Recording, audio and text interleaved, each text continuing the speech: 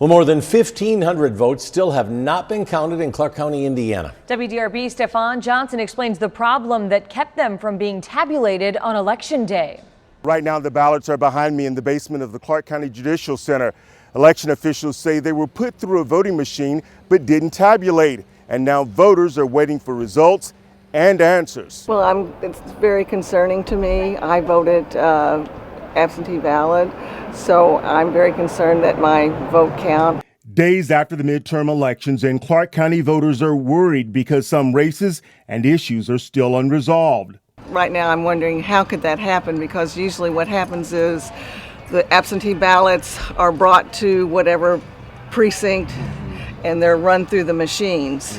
So somebody dropped the ball. And every vote has been tabulated. Clark County Clerk Susan Popp says all of the ballots have gone through voting machines, but explains why some were not counted.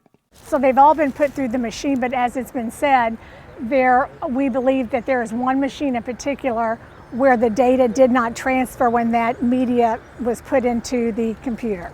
Popp says the problem was discovered because of a discrepancy with the tabulation and number of votes.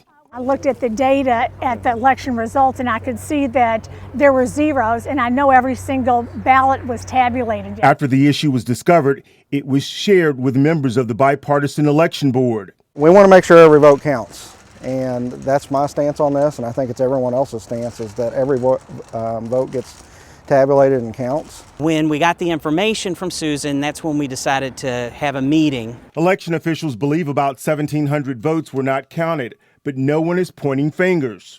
It looks like it may just be a simple issue with our data card, the memory sticks that were fed on one of the central count machines for absentee votes. I kind of take the same stance as Andy. I don't believe there's any ballots missing or anything of that nature. The Board of Election will meet on Friday morning to make sure all the votes are retabulated and recounted.